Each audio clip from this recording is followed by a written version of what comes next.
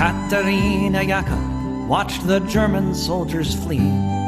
Streaming from the east, that's what she was seeing.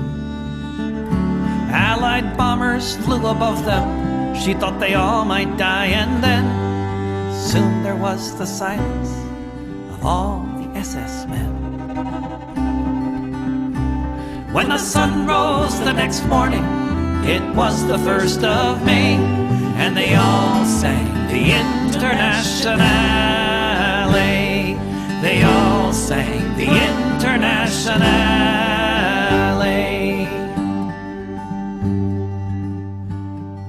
Katerina Jaka saw red flags flapping in the breeze above the Russian tanks, and she fell upon her knees. And so many different voices in so many different tongues sang the most beautiful song that could ever have been sung. In German, Lithuanian, in Polish and in Dutch, a myriad of melodies has never had been such. In Russian and in Yiddish, Italian and French, emerging from the forests beneath the trench. When the sun rose the next morning, it was the 1st of May, and they all sang the Internationale. When the sun rose the next morning, it was the 1st of May, and they all sang the Internationale. They all sang the Internationale. Völker hört die Signale auf zum letzten Gefecht. Die Internationale erkämpft das Menschenrecht. Völker hört die Signale auf zum letzten Gefecht. Die Internationale erkämpft das Menschenrecht.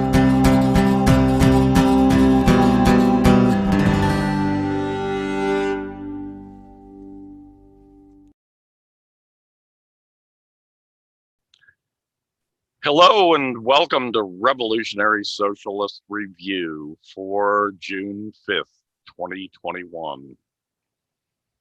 I'm Chris Driscoll, your co-host, and along with me, the other co-host, Rainer Shea. Hello, Rainer. How are you? Hello. I'm organizing with my local group, the Peace and Freedom Party of Humboldt County, Wow. And we are growing. We're deepening our knowledge of Marxist theory, and we're getting more equipped for what's to come, which we'll discuss throughout this podcast. That's great. You guys over there in California are lucky to have the Peace and Freedom Party. It's been an electoral vehicle first, certainly for a good long time, but also a great vehicle for organizing in your state, which is necessary, and just for getting to know folks, the broader left, so to speak, such as it is. That's great. We have nothing like that in Phoenix. What we have in Phoenix is hot, hot, hot. Man, it was 108 today. And right now it's 95 still, this late at night. And we are taping this on the evening of June 4th. I shouldn't say the night. It's 9 o'clock here in the West. And it's 95 degrees still out here. I'm sitting outside. It's kind of windy, so that's nice. It's at least you got a breeze, and I've got a fan on me from below. I hope people don't hear it's a pretty quiet fan, so hopefully people don't hear the whir and whiz of the fan. Do you hear it? No. Rainer? Good.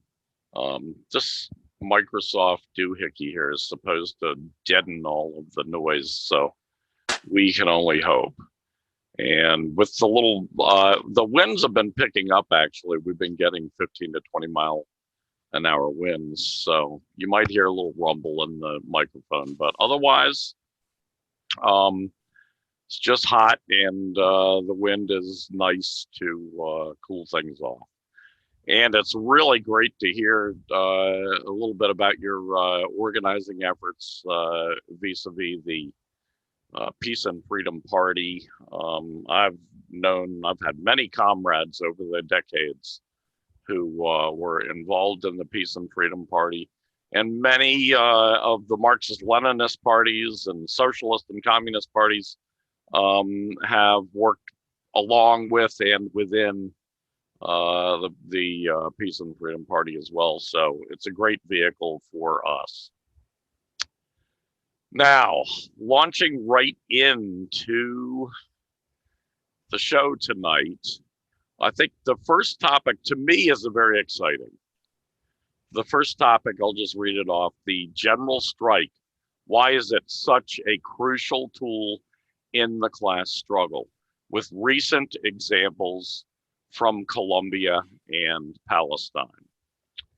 And so first of all, I'm going to just give me a second here. Let me scroll to where I've got this stuff, but I'm just going to go into a little preamble that I've written, and then a couple of things that, a couple of articles that I think will shed a lot of light on what's going on in Colombia and Palestine, and why both of those class struggles that are going on at this very moment and have been going on in the case of Colombia for more than a month, and in the case of Palestine, I think since May 18th, why I think it's historic. Even historic in a way that the first and second and third intifadas were historic, and maybe more so.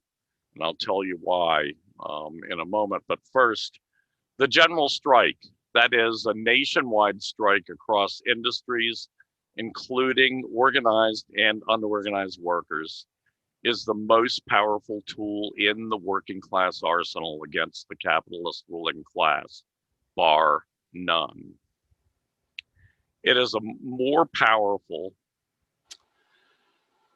than the armies of the ruling class, more powerful than the armed struggles of the working class, more powerful than the entire might of the capitalist state. General strikes have frequently brought down governments, and in many cases, even entire capitalist states over the last century. That is why the general strike is the crucial working class tactic in our class struggle against our class enemies in the capitalist class. While general strikes have been rare in American history, they have often been used by the working classes of many countries around the world. The two most recent examples of this are taking place right now in Colombia, in South America, and in Palestine, in southwestern Asia. Now, first of all, an article from Reuters, Wednesday, June 2nd. Thousands of Colombians took to the streets again Wednesday amid a stalemate in talks between the government and leaders of anti-government protests, which are stretching into their second month. Demonstrations against the social and economic policies of President Ivan Duque began on April 28, with marchers demanding basic income, opportunities for young people, and an end to police violence. Haha, sounds like they're picking up where the Americans started off on that one, on the anti-police state actions there. An umbrella national strike committee made up of unions, student groups, and other civil society organizations is representing marchers in discussions with the government. Last week, the two sides reached a so-called pre-agreement. the details of which have not been released. But the committee later accused the government of backtracking, and talks on Tuesday ended without further advances. Francisco Maltese, president of the Central Union of Workers, who sits on the committee, accused the government of delaying the signing of the pre-agreement that includes guarantees the committee says are necessary to protect protesters' rights. All these actions are to pressure the government into starting negotiations, Maltese told Reuters. The government lacks the political will to seek an agreement. We are waiting for the government to sign the pre-agreement for guarantees. While protesters count within the withdrawal of tax and health reforms and the resignation of the former finance minister among their victories, they plan to keep marching to force more concessions from the government. Let me just take a drink here first. So the second article I want to just take some highlights from, and that was just highlights from the Reuters article. We'll have the links for all of these articles in the explanation of this video when it's posted. Second one comes from Workers' World, which is the newspaper of the Workers' World Party. The general strike against anti-poor reforms in Colombia is finishing its fourth week. So far, and this comes from May 23rd, I should say, so it's an article from last week. So far, every test of strength has shown popular support has grown in defiance of police and fascist murderers and beatings of protesters and the threat of COVID-19, which has already killed 85,000 people. They're referring to in Colombia, 85,000 people have died of COVID. A May 19 demonstration that brought out massive actions in all cities exceeded all expectations, according to a May 20 article from Colombia in rebellion.org. The big question is whether the strike movement can continue to grow and defy the militarized police, riot police, and the military itself. Will it challenge the rule of what Colombians call the narc oligarchy and its imperialist backers? By narc oligarchy, they mean the entanglement of narcotics capitalists who have their own armed groups with the rest of Colombia's super rich. Such a challenge not only affects the Colombian super rich, it threatens U.S. imperialist interests in South America. Colombia's military is Washington's most powerful and useful tool for intervention on that continent. The U.S. has 7 of its own military bases in Colombia.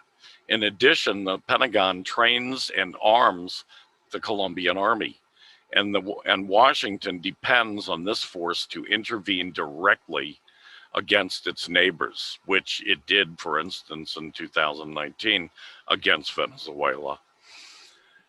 What set off the strike were the Duque regime's 4 reforms, which attacked the interests of workers and Colombia's poor people.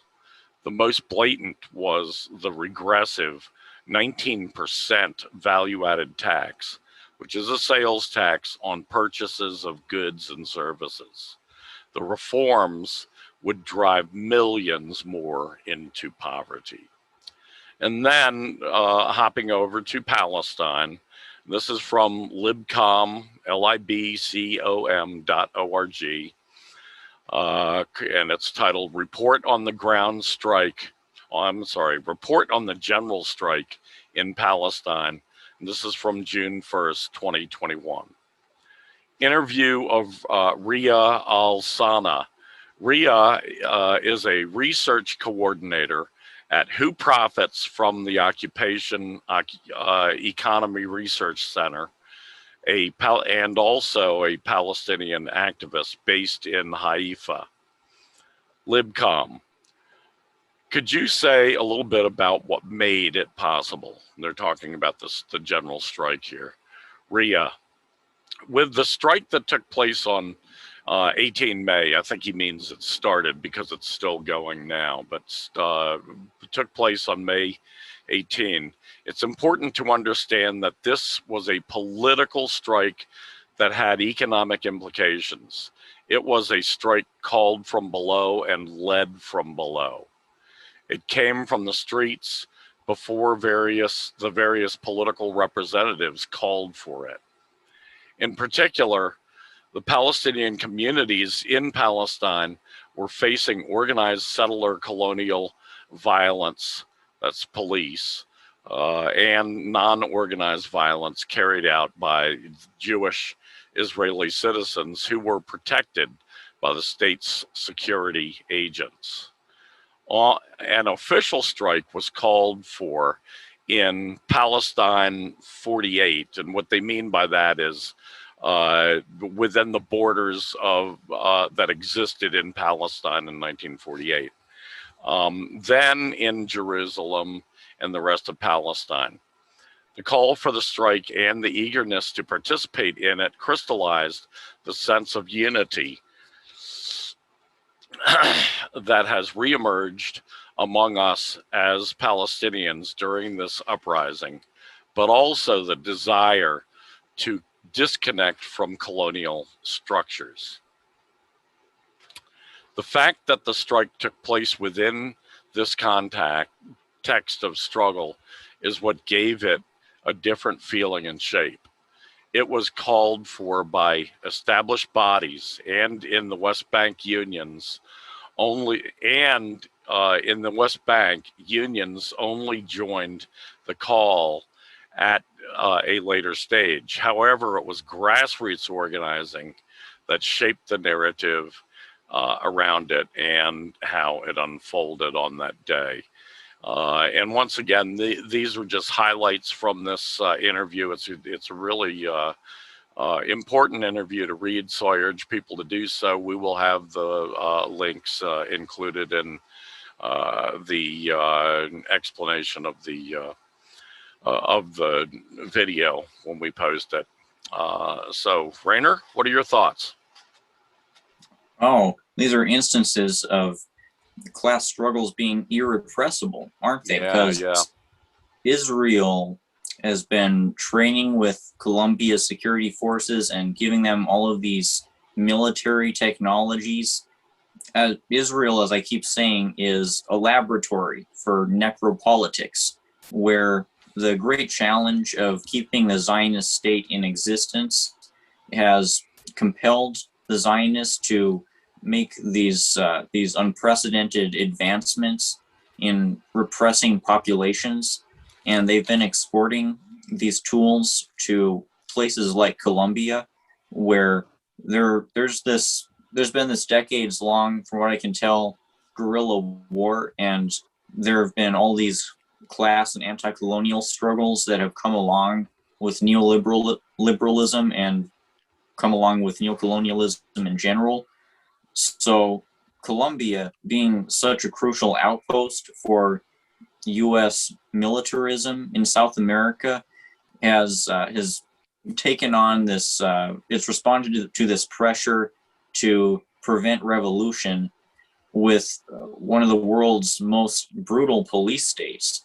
I think that's been shown in this last month or so. Colombia is among the most repressive countries in the world, and they're trying to both stamp out these resistance efforts through terrorism and delegitimize them by painting them as being backed by foreign governments like Cuba or Venezuela, or by painting them as part of some kind of malicious narco conspiracy, which is pretty ironic given how the actual Colombian government, that's the actual thing, that's the source of the narco rule in Colombia. So they're using the dual weapons of narrative manipulation and terror against the population to try to stamp out these revolts. But it seems like strikes, both in the case of Palestine and Colombia, because, you know, Israel has been using these kinds of terroristic tactics too, strikes, they're something that's a lot harder for a government to put down. I think that's why the source you mentioned believes that strikes are even more powerful resistance tools than guerrilla warfare, which is a pretty darn powerful tool. It's so powerful because it's so hard for even the most repressive governments to enforce that. What's government going to do when hundreds of thousands of people, I don't know what the number is exactly in Colombia and in Israel, I hope to find that out. What does the government do when a huge percentage of the population decides to participate in this? Are they going to send agents to track down all the individual families who participated in this? What are they going to do? Put them in jail? Jails aren't big enough for that. I don't even know if America's jails are big enough for that. So it's really a situation that's scary for governments. Yeah, and I do know America's jails, as huge as they are not anywhere near what is necessary for jailing all the general strikers in a general strike. And these general strikes are huge. You really get a feeling of it from the Workers' World Party article, the article in the Workers' World. That was a great article, and I urge people to check it out. When we post this video, we'll have the links along with it. And yeah, I mean, this general strike in Colombia, and this is pretty similar in Palestine from what I could find out from this interview. The general strike in Colombia went far, far, far beyond the organized labor unions. Organized labor unions were kind of, in a sense, dragged into this and pushed into it by the idiot who runs the country, backed by and installed by the American empire. But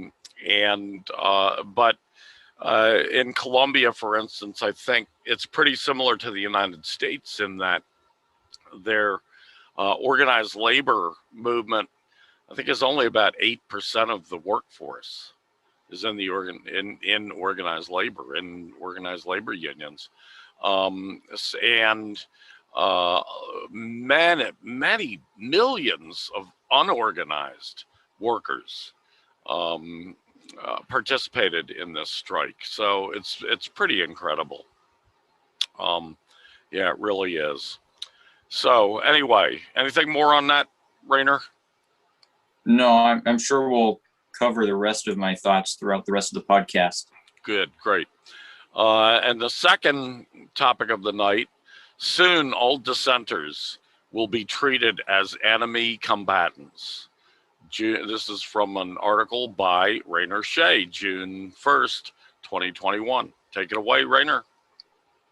So I've been studying these repressive tactics that the Israeli and Colombian governments have been using to try to put down these revolts. And as I said, a big part of these campaigns has been to try to paint the liberation movements as illegitimate by portraying them as all using unethical tactics. You know how one of Israel's biggest tropes in its propaganda is portraying Hamas as using children as human shields. That's how Israel justifies the fact that it regularly shoots children and other unarmed people, by accusing the resistance of being the ones who are putting these people in danger. So therefore, Israel supposedly has no responsibility. And another tactic that both Colombia and Israel have been using is painting the population in general as falling under the same broad umbrella of something that should be treated as enemy combatants, because the population has elected Hamas democratically. Everyone in Gaza is guilty by association, according to Israel, and they're treated as enemy combatants. That's the assumption that these monstrous Israeli soldiers seemingly go into when they're sniping at these unarmed people. That's probably the twisted reasoning that's fed to them to convince them to commit these monstrous acts. And in Colombia, there's an equivalent narrative that's being spread throughout the military, the police, and the adjacent paramilitaries that says that every facet of the left within Colombia, the non-governmental organizations, the human rights groups, the civil society, and these aren't even all considered part of the left. A lot of them are just neutral politically. Everyone that isn't fully on board with the fanatical neoliberal agenda within Colombia is implicated in a sinister conspiracy that supposedly stems from Castro Chavismo. This is a narrative that's being propagated by a neo-Nazi. I think his name is Alexis Topia. I don't really care if I remember his name right, because he's obviously scum of the earth, and he's orchestrating these massacres against unarmed civilians. They're justified by this narrative about grand conspiracy that everyone who isn't hard right is implicated in. These are the kinds of narratives that are going to be used to wage the internal war that the U.S. military plans to wage when the class anti-colonial struggles within U.S. borders escalate enough for the military to deem that as necessary. I think it's inevitable that guerrilla warfare in some capacity is going to break out in the United States in the coming decades. As I discussed in another article we might discuss next week, recently a sociologist predicted that there's going to be an insurgency coming from the African community in this country in response to the unending militarized police state and the unending paradigm of murders that the colonized in this country are being subjected to.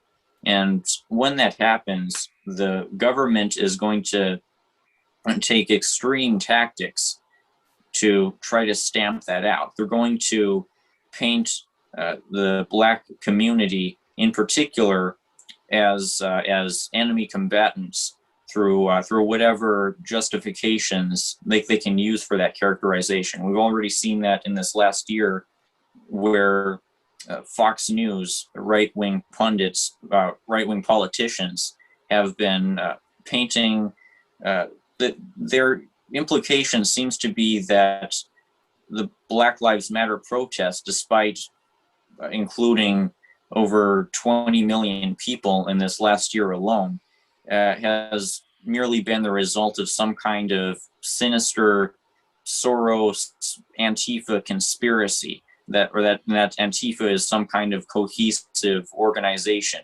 with a coherent plan for a sinister undermining of America, stuff along those lines, totally fear-based and reactive and based in a conspiratorial mentality. A conspiratorial mentality is how Israel Colombia, all these right-wing regimes, including the US, justify their indiscriminate, haphazard violence against these populations they seek to keep suppressing. And the logical conclusion of these conspiracy theories is the belief that the population in general are enemy combatants. And this has connections to the war on terror, because that was when the definition of an enemy combatant was really being expanded on, and when so-called enemy combatants were having their rights further eroded. The logical conclusion of the war on terror is something like Israel's siege on Gaza, where the population in general is demonized as a sinister force that needs to be stamped out. Yeah, this is proliferating, this fascistic element spread by the American empire and by its underlings, by its most loyal attack dogs, like the Zionists in the Zionist occupation of Palestine. It really is the way for decades the American empire has treated all the oppressed populations of the nations that it has illegally invaded and occupied. This happened in Afghanistan. This happened in Iran, in Iraq. This has happened through proxy forces and through American forces in Syria.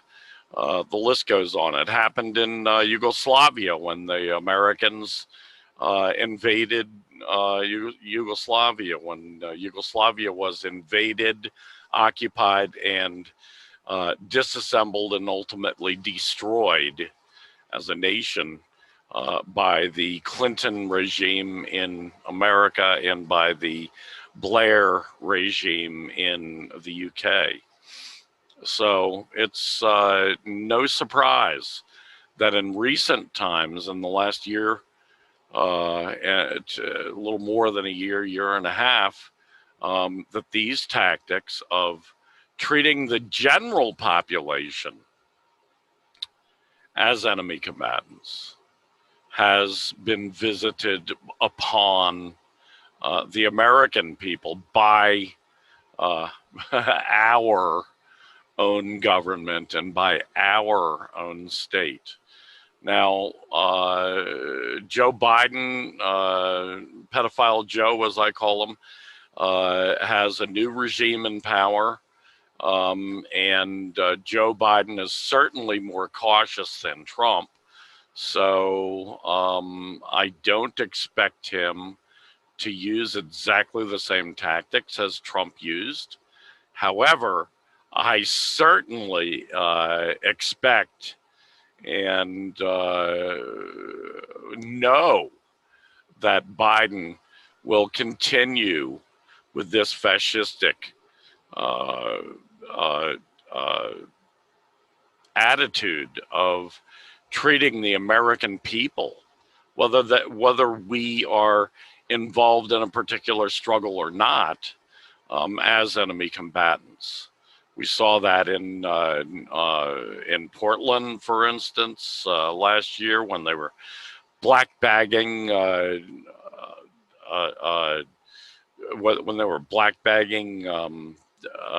protesters and disappearing them for several days on time and at a time, and then releasing them without putting them on trial because they knew they'd get their asses handed to them in any fair trial.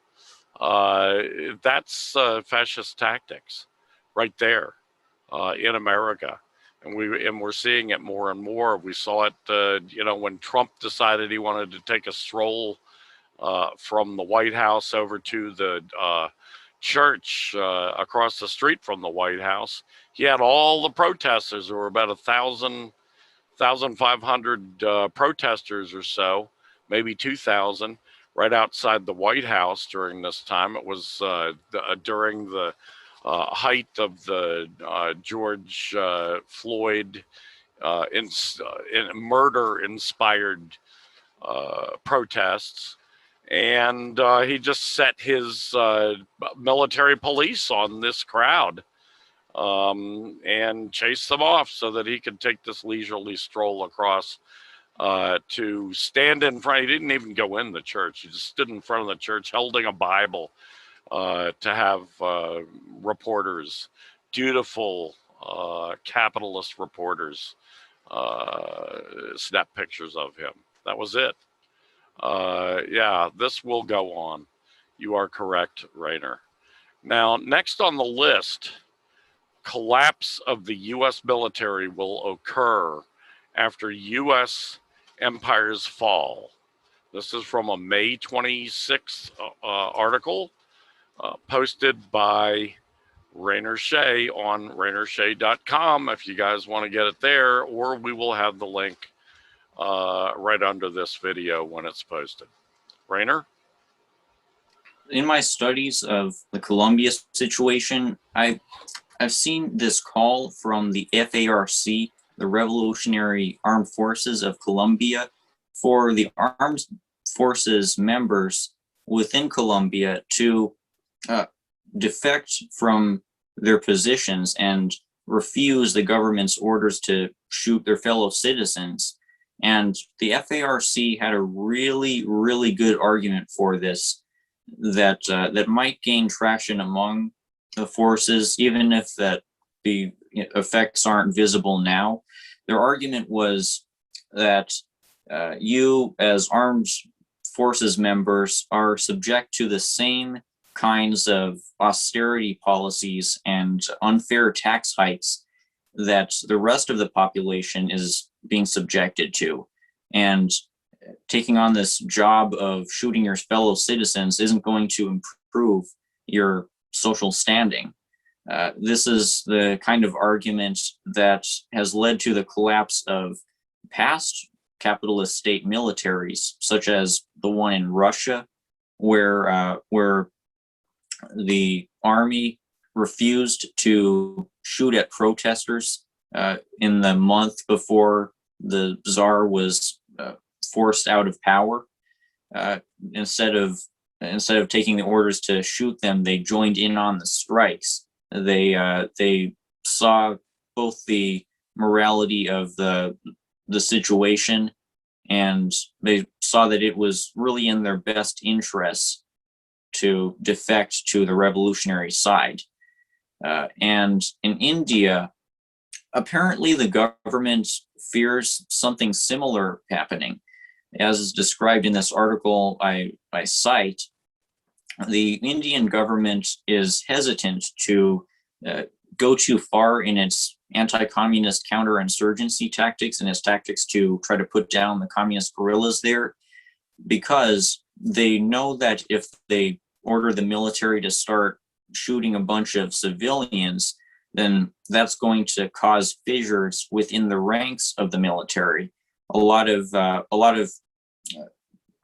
armed service members there could very easily become morally uncertain, and they could join the revolutionaries, or at least start refusing to participate in these atrocities because of the undeniable nature of what the government would be doing. So we see how provocations from the government against revolutionaries can easily lead to the armed service members defecting and to disunity occurring within the military. So that's one of the potential ways that that destabilization of the U.S. military could occur in the coming decades. As you've described, Chris, a lot of the members of the military are the types who would very plausibly defect if the military were to start going going into these cities, American cities, and ordering soldiers to shoot at civilians. That's something that could drive a lot of armed service members to the revolutionary side. Another factor is the financial crisis that US imperialism is already undergoing with the recent decline of the dollar's value and with the looming crash of the dollar that's going to force the military to retract. Is that the right word? To retreat in much of the world. The United States is going to become a fortress state because of the piling up financial problems that its own contradictions are creating for itself. Another factor is the climate crisis, which is going to leave a lot of bases both around the world and in the US underwater. And from what I understand, people within the Pentagon, a lot of them, they just don't want to think about the costs of relocating these bases. They don't want to think too much about how big of an upheaval there will be for the operation they're trying to keep afloat when the climate crisis really starts impacting the operations of the military. And these are the combining factors that could severely weaken the US military in the coming decades. And the fact that an anti-police insurgency, as the sociologist I mentioned earlier believes is going to happen, the fact that this insurgency from the oppressed nationalities is coming, combined with these factors that are going to destabilize the US military, gives me great hope that the tyrannical US government is going to end in this generation. Me too. Definitely. Yeah, there's a lot to encourage about what's going on. It may not seem it to a lot of people. I see a lot of people getting discouraged. And we certainly are going through lots of discouraging shit. There can be no doubt of that. But yeah, there's a lot to be encouraged about too. I truly believe that the collapse of the US military will occur before the empire's fall. It will be the cause of the empire's fall. One of the great causes. Another great cause will be the upsurge of the working class in this country, which I fully expect and am already seeing. I mean, how could you avoid seeing it after 35 million people came out within a month space of time to protest the police state, after the police state murdered in cold blood George Floyd on video. The upheaval began then. And it's not over yet. There's still people protesting about that. There's still things going on. There's definitely still stuff going on as far as protests in that regard. We see them popping up all over. There were a couple just in the last week that I didn't mention, that I haven't mentioned or gotten into, mainly because I think in the near future we should probably do a roundup of all of this activity that's still going on, so people don't get fooled by the American billionaire-owned, government-directed,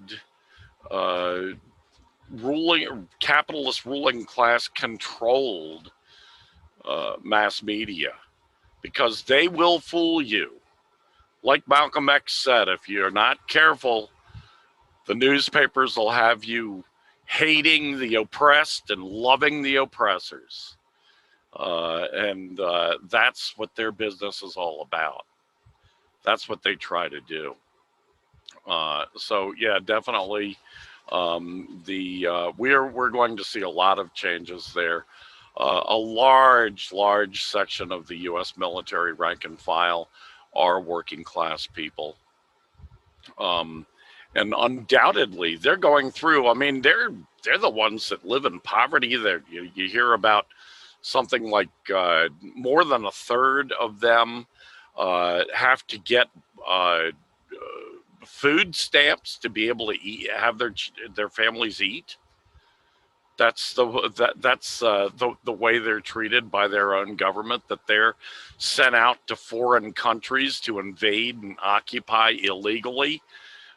Then they come home and find out that their families are on welfare, basically, because the U.S. military doesn't pay them enough even to survive, doesn't even pay them a survival wage.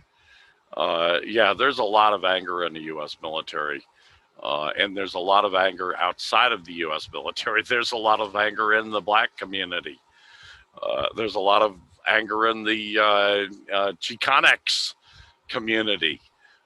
There's a lot of anger in the working class communities of all stripes and colors, all races, all creeds, all there's a lot of anger there, and it's brewing up.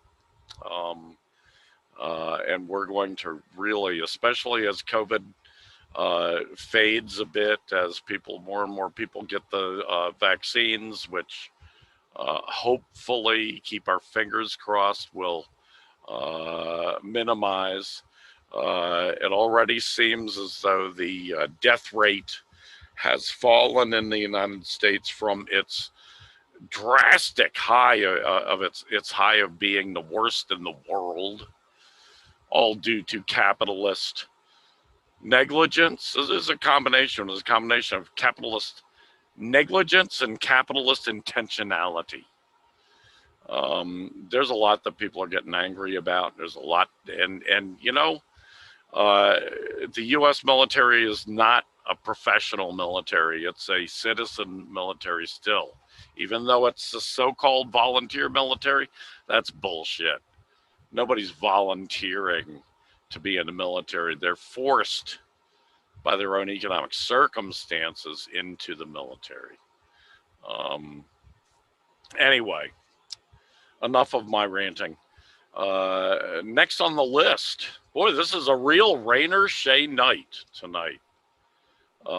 We should all be proud of Rainer's efforts, proud of his accomplishments, and this show really showcases that. Because almost there's 6 topics tonight, and 4 of them are from Rainer Shea articles. Topic number 4, America is going to descend very deep, I think that should be deeply, into fascism, May 29th. Forgive my grammar Nazism. Nazism? Well, that's what they call it, a grammar Nazi, when you correct someone's grammar. But correctly, that should be descend very deeply into fascism. I think, although well, we might have an argument about that. You might say deep too. Very deep.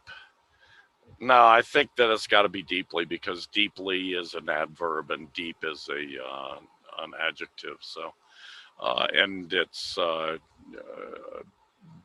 being modified by very. And enough of this grammar shit. America is going to descend very deep into fascism, May 29th, 2021. Take it away, Rainer Shea. So this article was inspired from an insight that was recently provided to me by my organizer friend in the Peace and Freedom Party of Humboldt County. I hope he comes on this podcast one day.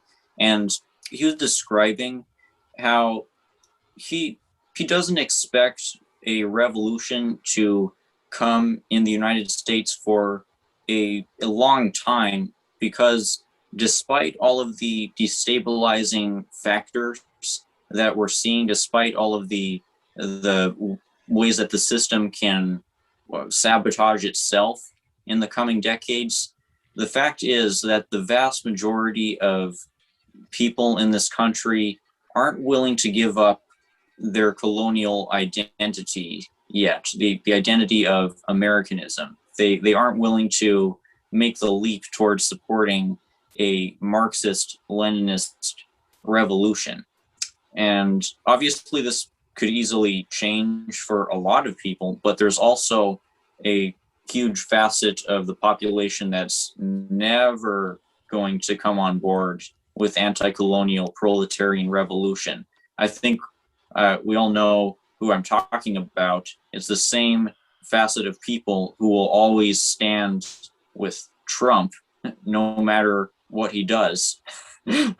There's even a facet within that believes that Trump is going to be reinstated as president by August. This is the depth of the American delusional mentality.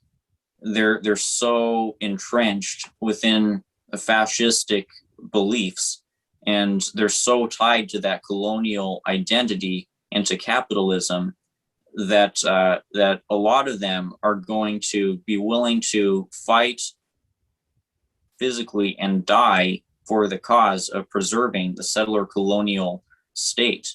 A lot of them are going to join fascist paramilitaries that seek to terrorize the disfavored ethnic groups and to try to stamp out the anti-colonial class struggle through mass murder, in the same way that that the paramilitaries in Colombia or India have been doing. The United States is going to bring home the tactics of paramilitarism that it's cultivated within places like Colombia. And if we're being honest, that kind of paramilitarism has it's from the start been present within American history.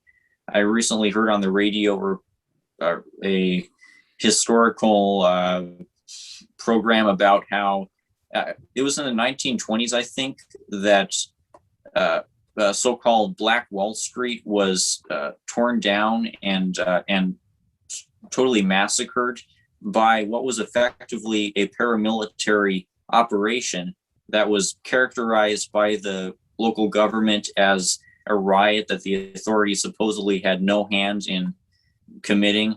But it was a paramilitary operation to terrorize the African community into economic and social submission. And these tactics, these clan type tactics, are going to be increasingly utilized by the settler state as the anti-colonial struggle escalates. This reality of paramilitary and police and military white supremacy and terror, these tactics are so thoroughly baked into our system and our culture. There's a real cultural hegemony to back this up. So the fact is that in the coming decades, the United States is going to it's going to contract into a fascist cocoon state as it gets ever more geopolitically isolated from the rest of the world, and as its economic system flounders, and as global warming pummels its population.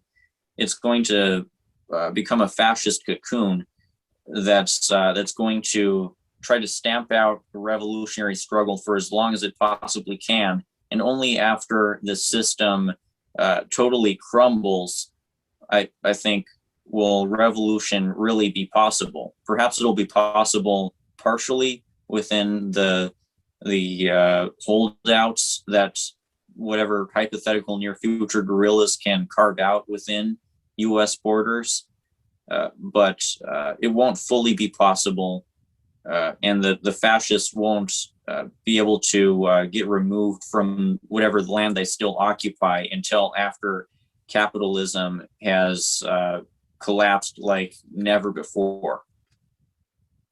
Yeah, that if my poor memory serves, that incident you're referring to happened in Oklahoma City in 1919.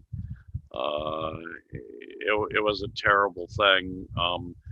The Black community there was very successful community, and They had a lot of successful businesses, and their business center was called the Black Wall Street. And yeah, in 1919, I believe that the anniversary of that just happened in a couple of years ago in May. And this black community was attacked by terrorist gangs in a deliberate murder and ethnic cleansing operation. They wanted to drive these people out of the city, and were pretty successful at doing so. I believe about more than 120 people were murdered in this thing, with thousands being injured. Large parts of the community burned to the ground. It was terrorism, pure and simple. It was a horrendous thing. Speaking of your organizer friend from the Peace and Freedom Party, yeah, I really hope we could get him on the show sometime and have a debate, because I really do not agree at all with him. And it would be well worth having a debate on that subject of and it's absolutely true. And I don't even refer to Trump in this regard, because this is an element that has been with us throughout the entire history of this country. Certainly was there in 1919. And some of this element is working class. Most of it, by far, the much larger portion of this element is middle class. Even in these days when the middle class is being more and more and more proletarianized and pushed out of the middle class, there are still these types. I think that traditionally in American history, it's been about a third of the people.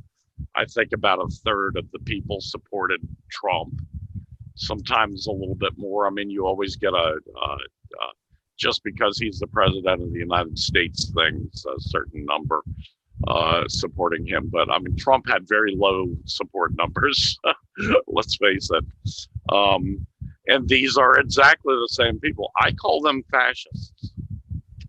And I think that's what they are. They are the rudimentary base of fascism in America, which has always been here, and has reared its ugly head quite often. But the fact that it's only a third of the population, and there are 2/3 of us who are not that, should encourage a lot of people. Now, a lot of people go along to get along. There's a whole fuckload of go along to get along people out there in America. But when you really start challenging them, I've been through this over and over again. You just start challenging the go along to get along milksops. And quite often, a whole lot of them start rethinking their position and start thinking, that maybe this isn't quite so moral or ethical. Maybe I should change my ways, No, I think that the change to come will happen much more swiftly. I have studied revolution all my life as a historian, as a student of history.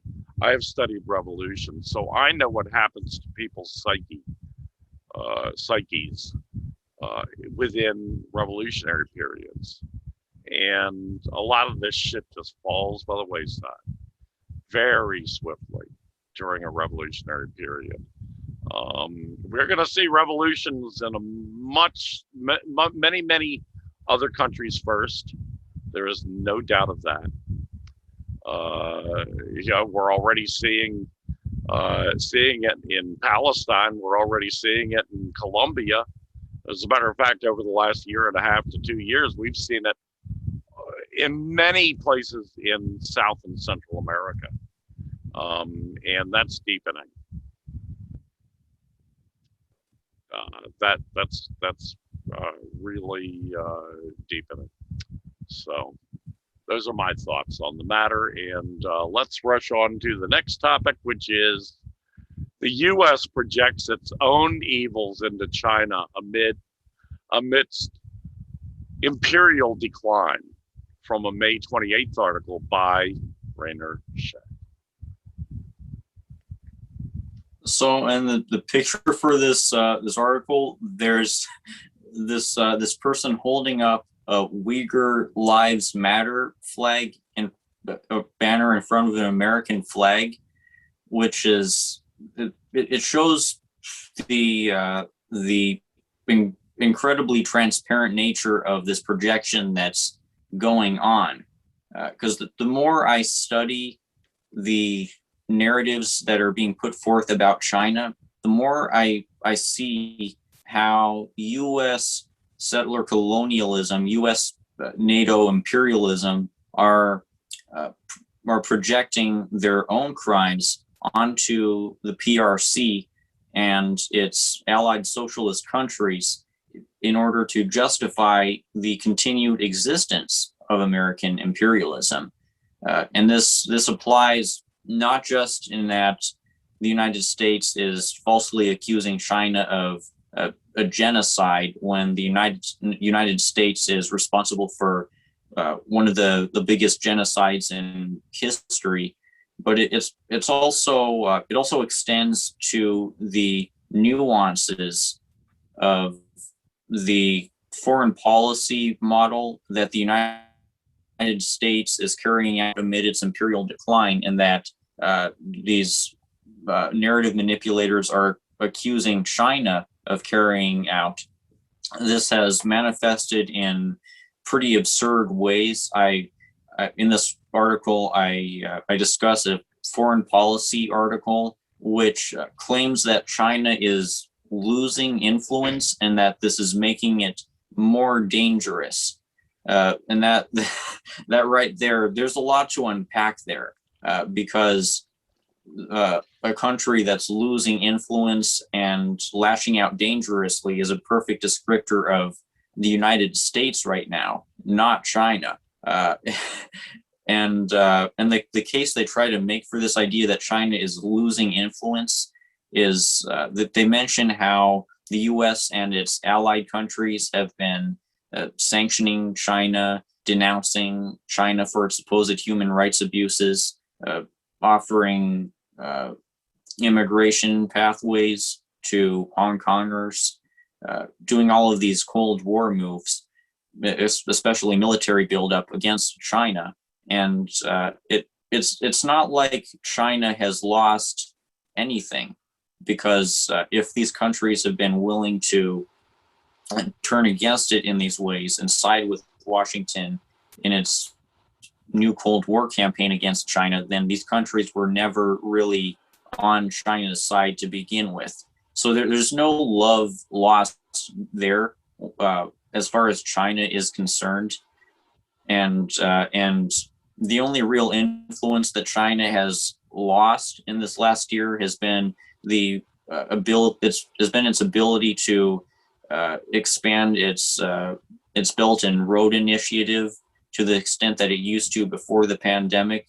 And actually, in this last month, the Belt and Road Initiative has been extended to Turkey. Turkey has embraced it, despite Turkey being fascist.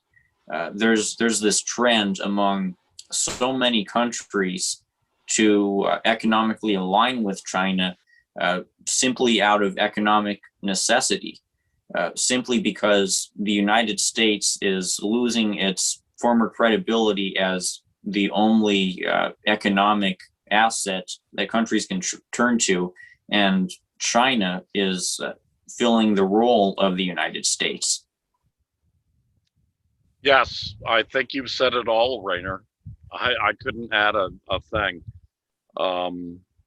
That it's just incredible, the pot calling the kettle black, and except that this is the black pot calling the nice shiny new kettle black. Oh man, that is incredible to me. Anyway, last but not least on our list tonight, a Myanmar-style coup could not be might not be unimaginable in the U.S. anymore. This is an article from the Global Times, Communist Party, the Communist Party's tabloid newspaper for the masses, from June 2nd, 2021, and it's by Mu Lu. No reason, I mean, it should happen here. No reason. That's right. Michael Flynn, former U.S. President Donald Trump's first national security advisor, said on Monday during a Memorial Day weekend conference organized by adherents of the QAnon conspiracy theory. We've had some, Rainer gave us a little report a while back about these QAnon nuts, suggesting that a Myanmar-style coup is needed in the U.S. He made the statement in response to an audience question. I want to know why what happened in Myanmar can't happen here. That was the question. According to Wikipedia, a coup d'etat in Myanmar began on the morning of the 1st of February, 2021, when democratically elected, they quote democratically elected, this is from Wikipedia after all, that's half of it's written by the CIA. Anyway, when democratically elected members of the country's ruling party, the National League for Democracy, were deposed by Tatmadaw, Myanmar's military, which then vested power in a stratocracy, which for those of you not in the know, and I certainly wasn't when I read that, a stratocracy is a military junta. The Tatmadaw proclaimed a year-long state of emergency and declared power had been transferred to Commander-in-Chief of Defense Services, Min Aung Hlaing. It declared the results of the November 20 general election invalid and stated its intent to hold a new election at the end of the state of emergency. So I guess we're right in the center of the so-called state of emergency now, and it'll end presumably in a year, as they say. Well, not in a year. It'll depend. And a year from when it started, which was February 1st. So presumably in February, there should be new elections. We'll see how that goes in Myanmar. Rainer, what are your thoughts?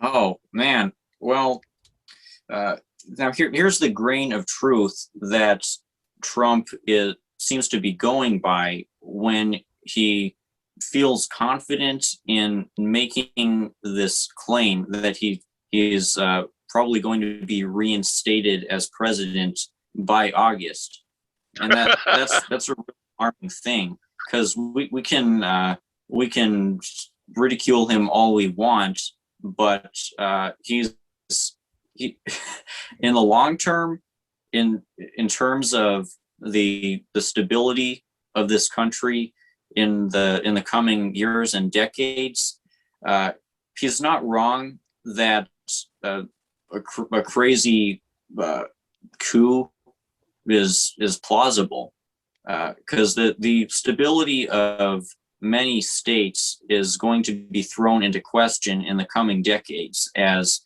economic crises and climatic crises and the collapse of U.S. imperialism deepen, as all this instability results from these things.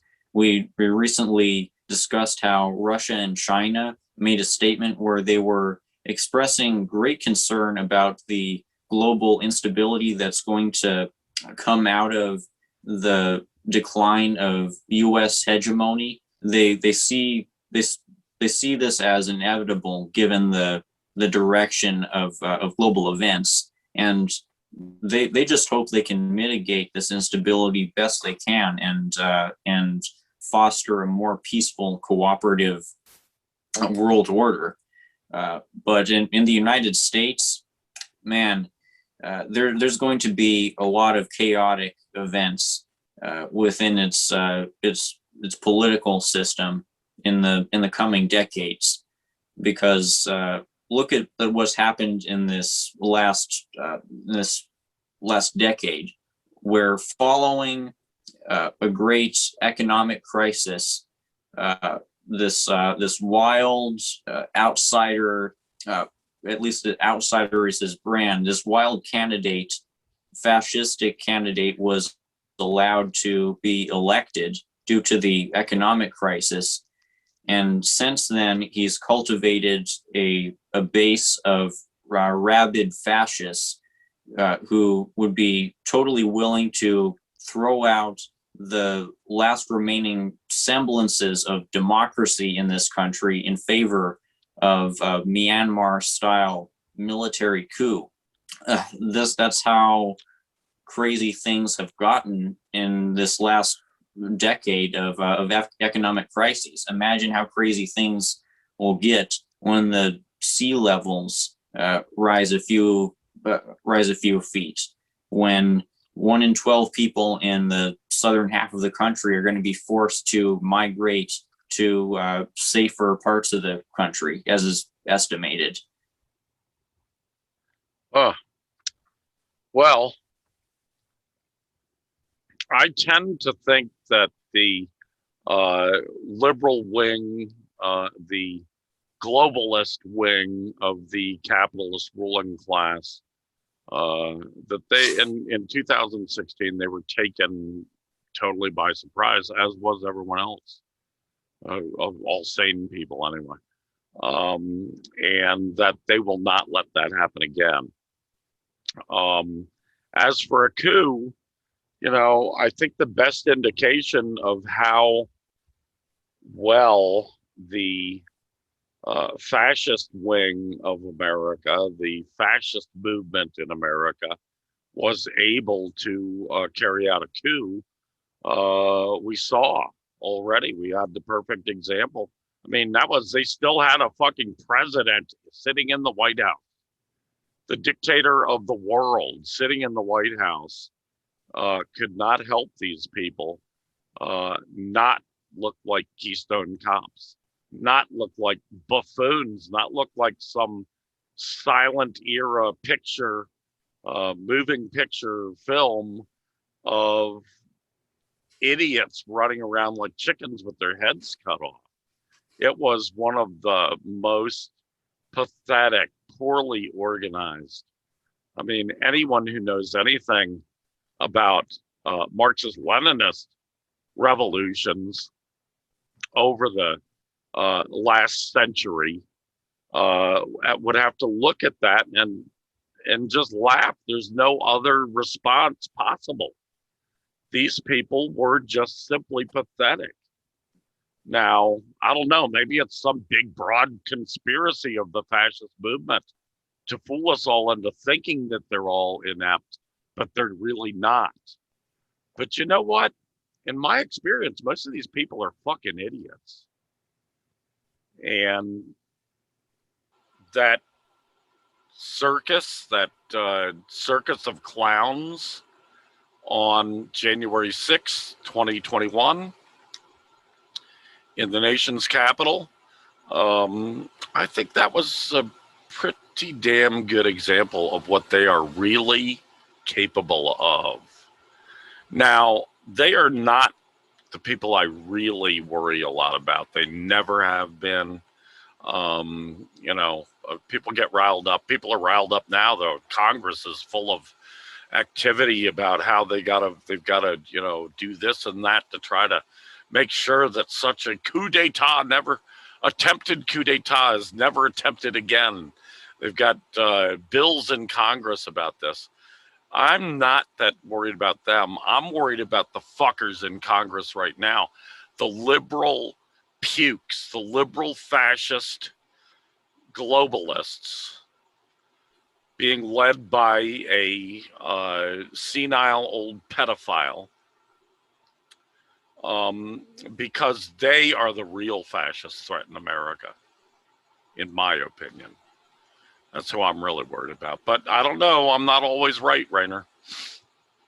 People we'll have made the observation about that people have made the analogy about the beer hall putsch.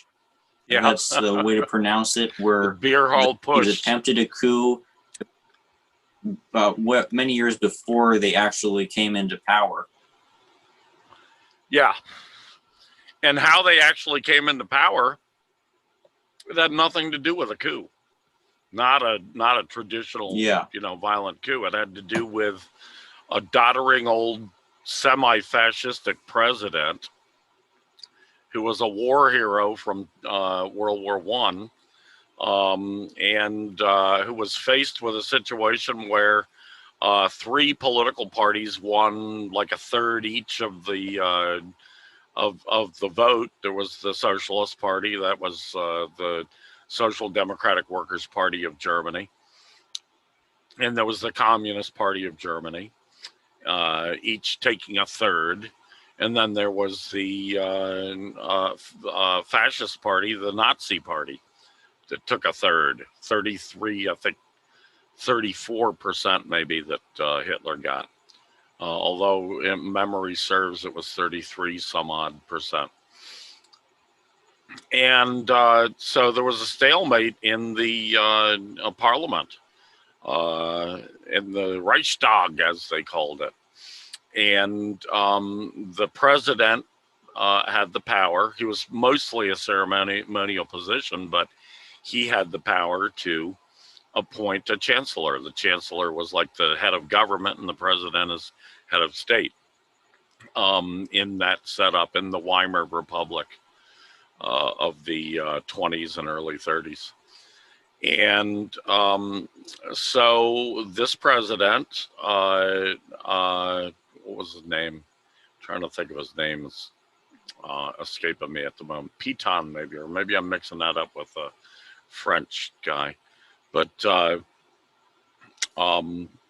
anyway, the president decided on his own, because he had the power to do so, that he would appoint Hitler as the chancellor, and that Hitler could form the government. That was the beginning. And if you get to form the government, you've got control of all the apparatus of the entire state, basically. And the rest was history. But no, fascists have usually not been very good at organizing putsches. So, yeah, that's not what I'm worried about, because what I'm worried about is the liberals, who are much smarter and much more evil. Yeah. And they are in power right now. They hold the reins of power. And what I've already seen this pedophile puke Biden doing, it tells me that he's the real fascist threat in America. To me, that's my humble opinion. But anyway, good job all the way along, Rainer. Thank you so much. Do you have any other comments on that before we wrap up? Oh, well, this observation that fascists have historically not been very good at coups. They've been good at coups when they've had the imperialists to back them, like in Chile or Bolivia and so on. Yeah. The only reason I don't think a coup of that equivalent is likely in the United States, though it's getting more possible, as I said, is because it wouldn't be in the interests of the United States empire to destabilize itself in a parallel way. It likes to keep itself stable and orderly. It likes to give its citizens the illusion of comfort that their liberal democracy is going to prevail. Yeah, I mean, they have a problem in that. Yeah, I really don't think that the adults in the room among the capitalist ruling class really deliberately want to destabilize themselves and their own institutions. However, the world is destabilizing their institutions and themselves. So they have a problem. Yeah, in Chile, it wasn't a fascist movement that carried out this coup. It was the military.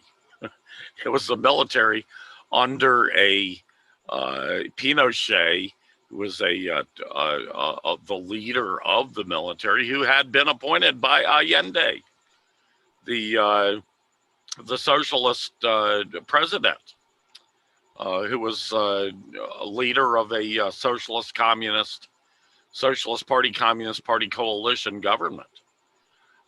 He appointed Pinochet.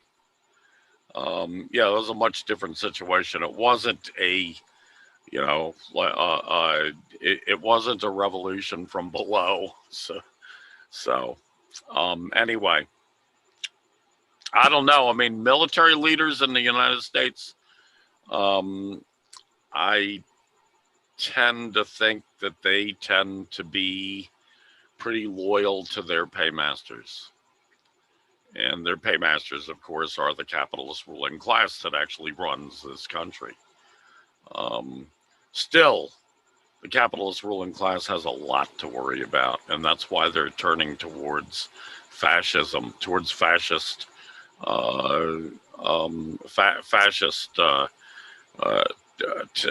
tactics, techniques, so forth, fascist police state. And it's why they encourage, to a certain extent, the development of an authentic fascist political movement. Although, I mean, I guess that's the function of someone like Trump in the last iteration. Although I think Trump's days are done now. And they will quickly, these fascists will quickly turn to someone else. Hopefully just as stupid and just as buffoonish and just as bumbling as Trump is. But we'll see. That's the thing about history. That's the thing about the future. And that is that the future has always got some wild card up its sleeve. And anyone knows anything about the study of futurism knows what a wild card is. It's something that happened that no one could possibly have predicted. There are always wild cards. Anyway, we'll see. We'll see. That's why I'm a little bit, as I've gotten older, I've gotten a little bit more hesitant to be predicting. Although, of course, I do have some predictions. People have heard them here on this show. So, yes, great show, Rainer. Great comments, great articles. People can read them all, and all the other articles we talked about here in Revolutionary Socialist Review, simply by looking underneath this video where it's posted. And in the descriptions, there will be links for all these articles. I want to thank you, Rainer, and thank all our viewers and listeners. And please come back again next week when hopefully we will be bringing you another episode of Revolutionary Socialist Review. So with that, like Shakespeare said, I bid you a sweet adieu.